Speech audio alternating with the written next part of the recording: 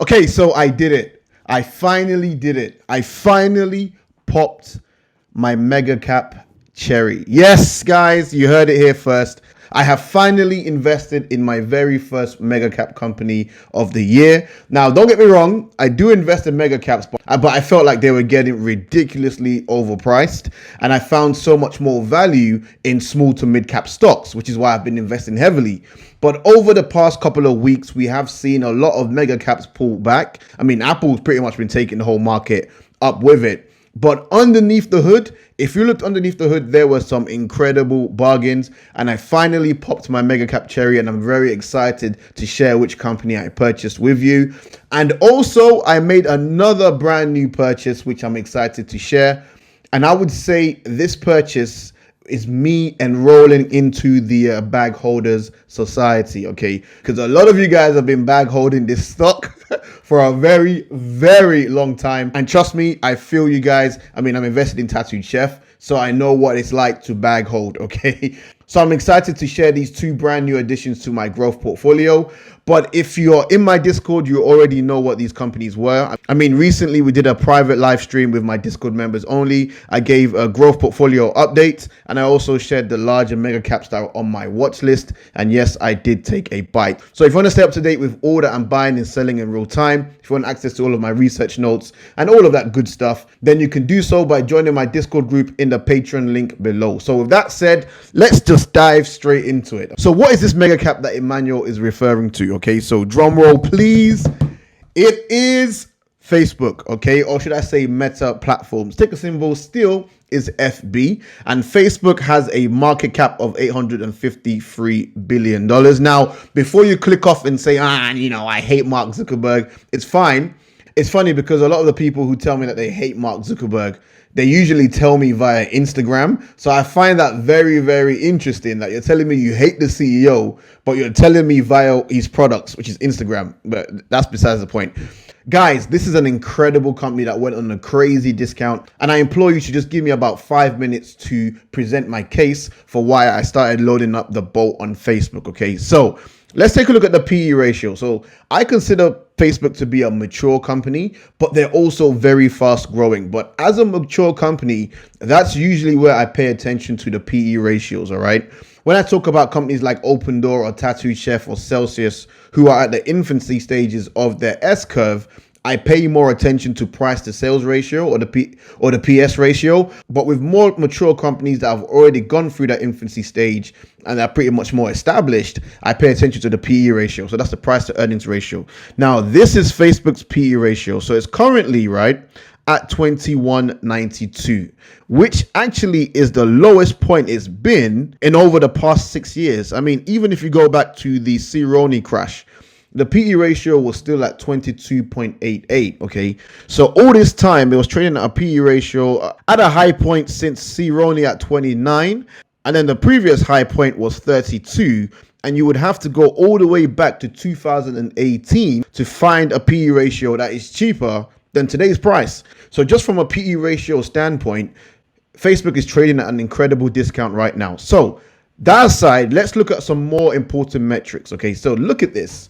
If I didn't tell you that this is Facebook, right, you would think 42% year over year revenue growth. You would expect that in a small cap, but no, this is a mega cap that is growing year over year by 42.23%. And also their revenue growth forwarded is 25.63%.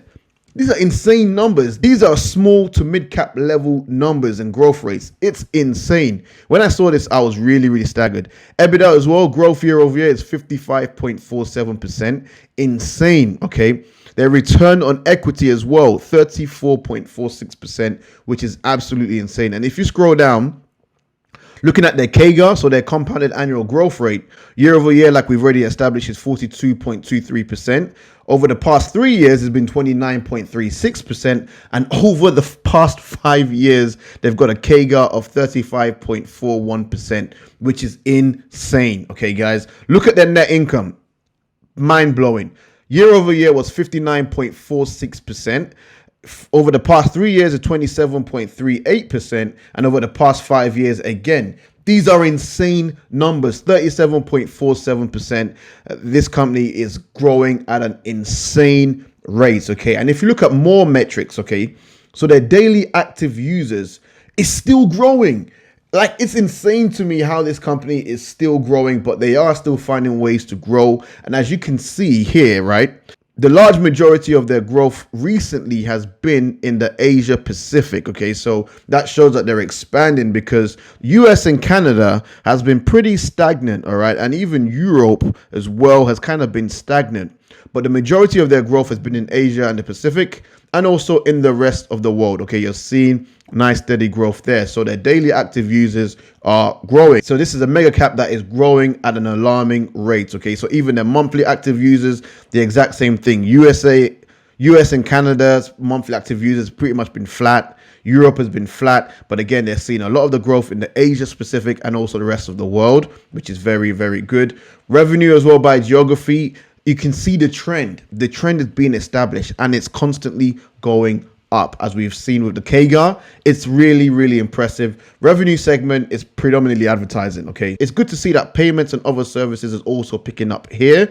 But I mean, it's night and day advertising. This is where Facebook make the majority of their money. And also the revenue and operating incomes has also been trending in the right direction. Net income as well, it's kind of not been predictable from quarter over quarter. But if you look at the long-term trend, it's up. All right, it's up. Now, another key stat that I love to look at as well is also the return on invested capital. Again, this is a company that is a mature company, but growing at the speed of a small or mid-cap stock, okay? But I still want to take a look at the trend for the return on invested capital, because that indicates to us how effective management are at allocating capital, right? So the return on invested capital has been trending upwards pretty much since 2012.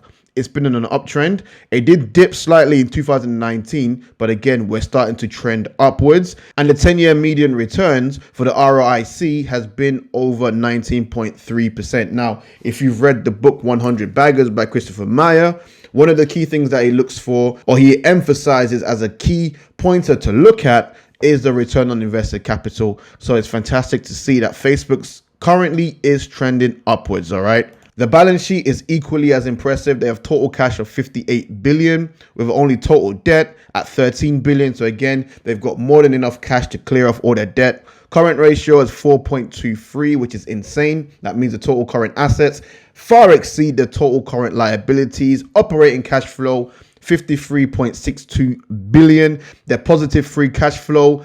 And I mean, these are just beautiful, beautiful numbers. In terms of their profitability, if you look at their operating margins, they're trailing 12 months. It's sitting at 41.79%. So what that essentially means in a nutshell is that for every $100 that Facebook makes, $41 of that is kept as earnings, which is just insane. And I mean, yeah, they take all of the right boxes. So in terms of when I purchased Facebook, if you take a look here, so I've got the Fibonacci retracement tool up. Facebook did tank from its highs at 384, okay?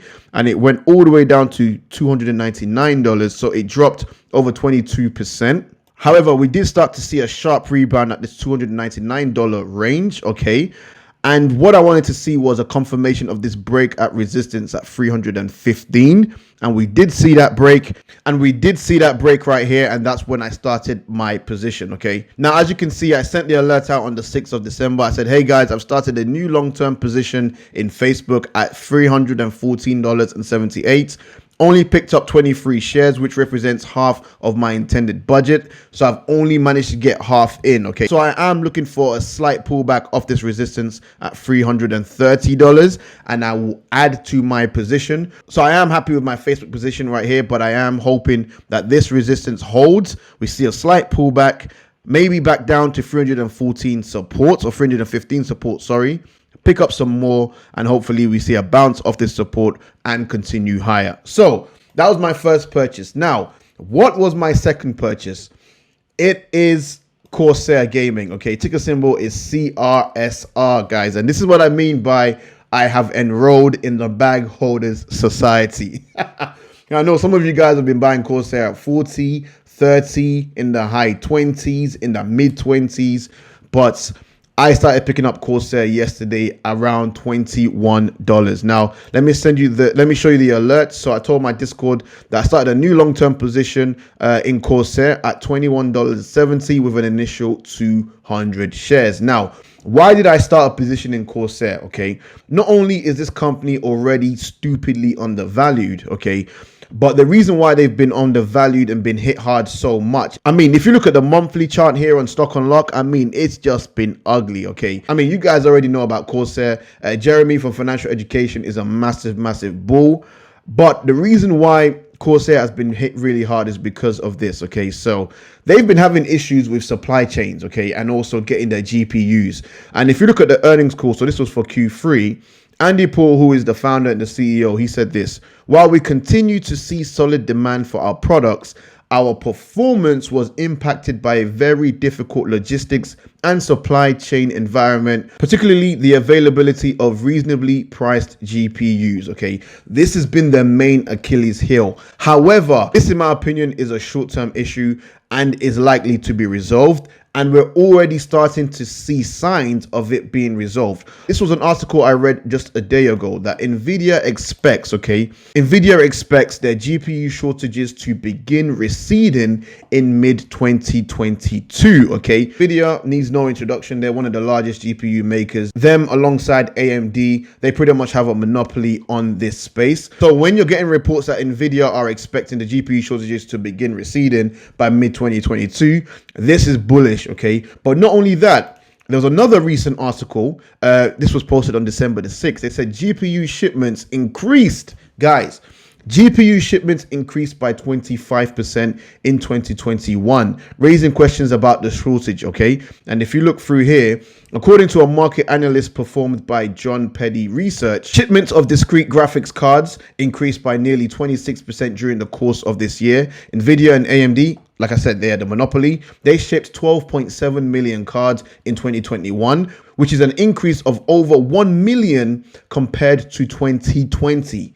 So these guys are shipping, okay? The increase in shipments is also visible on a quarter-to-quarter basis. So from a sequential point of view, the shipments are already on an uptrend, okay? Compared to the previous quarter, GPU shipments increased by nearly 11%. This is bullish, guys. This is bullish for companies like Corsair, which has been absolutely destroyed because of GPU shortages. Now we're seeing evidence that it's starting to pick up, okay? So this is still less than last year. However, as the same quarter last year saw an increase of 17%. This is very bullish from a GPU shipment point of view. But also remember, he said logistics, okay? So they had difficulty with logistics. Now, Becky Quick interviewed this gentleman on CNBC just yesterday. So this is all recent stuff. And he detailed some of the measures that they're taking. And they're now seeing a massive improvement at the ports, okay?